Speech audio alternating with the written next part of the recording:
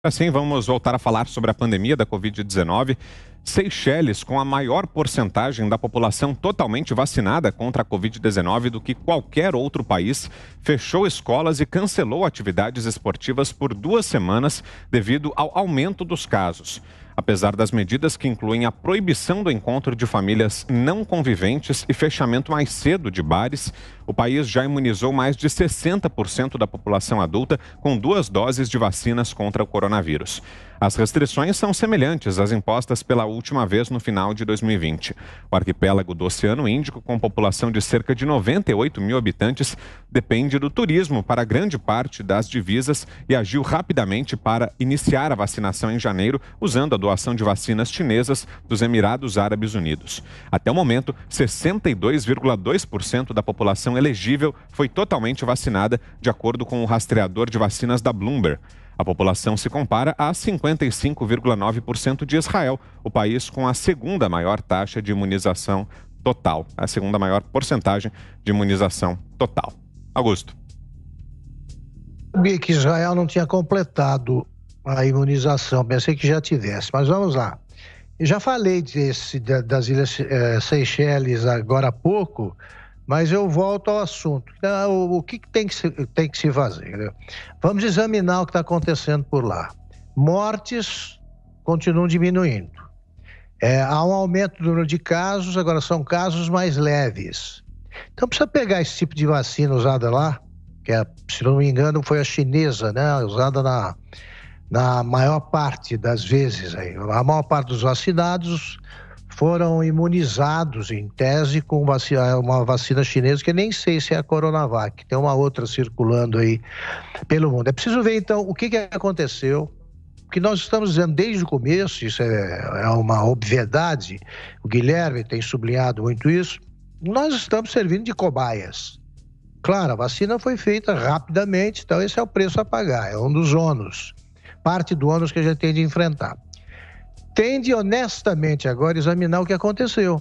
Essa vacina, ela imuniza contra isso, ela reduz o número de mortes, mas é preciso aperfeiçoá-la quanto aos efeitos insatisfatórios, aparentemente, quanto ao aumento do número de casos. Tem de controlar isso aí.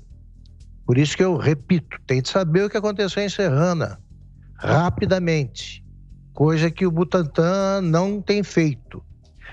Agora, no caso, vamos ver o que aconteceu lá, temos de ver o que acontece em Israel, em todos os países. Mas é evidente que as vacinas não são a solução perfeita, total, aí para esse problema gravíssimo. Eu confio muito mais nos homens com dúvidas, né, nas pessoas com dúvidas, e eu tenho dúvidas, do que nesses postos de certezas aí que ficam se manifestando. Não, vamos vacinar porque não acontece mais nada. Não é assim. É a mesma turma que dizia que com o isolamento total, o lockdown, está tudo resolvido. Não é assim. Então tem que olhar com mais humildade uma pandemia que gera muito mais incertezas aí do que opiniões seguras. Né? Ficam essas tais agências de checagem aí decidindo o que é bom, o que é ruim, o que é certo e o que não é certo, enquanto os cientistas sérios examinam os vários pontos obscuros que existem e vão se multiplicar com a passagem do tempo. Diga, Fiuza, temos 2 minutos. Olha, como disse o Augusto, nós já tratamos, né, desse assunto hoje aqui. Temos que tratar sempre, é um assunto muito difícil, muito complexo, muito cheio de dúvidas, como não poderia deixar de ser. São desafios imensos e sem precedentes, tá? Então, vamos tentar ser construtivo aqui, né? Eu começo pelo fim. Vocês não acham estranho que num processo de imunização que fatalmente está em avaliação, porque o desenvolvimento foi muito rápido e a prática é incipiente, vocês não acham estranho que já vem a história da obrigatoriedade junto? Porque assim, para você obrigar a pessoa a ter uma cidadania de vacinado, ela tem que ter muita segurança de que aquela vacina vai fazer bem a ela, vai imunizá-la e não vai lhe provocar efeitos adversos sérios na saúde, não tem? Onde estão essas certezas? Estão naqueles 3, 6, 9 meses de pesquisa? Não estão, companheiros. Não dá tempo. Não dá tempo. A literatura das vacinas não foi formada assim na história. Não adianta, não tem varinha de condão.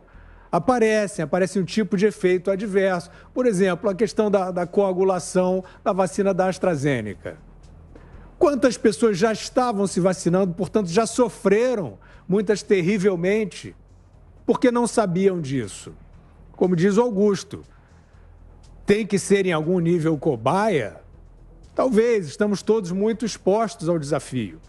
Mas vamos ser racionais, vamos ser científicos. Então, a pergunta que eu faço é a seguinte: no Chile, um país de altíssimo índice de vacinação, houve piora de casos e de óbitos. No Uruguai, mesma coisa, também casos e óbitos.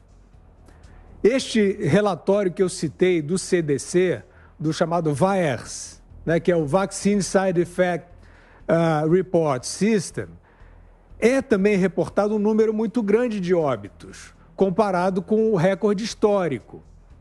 Isso não é uma insinuação, isto é um chamado à análise, isto é um chamado à formação da ciência.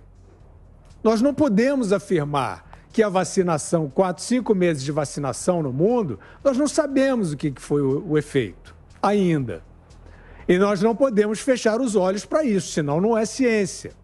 Agora, eu quero saber o que nós fazemos com os alertas de alguns virologistas respeitados. Não estou dizendo que é a verdade, mas eu quero perguntar, o que nós fazemos com os alertas dos virologistas que dizem que vacinar durante a pandemia é potencialmente a criação de variantes mais infecciosas do vírus, que é exatamente o que está acontecendo?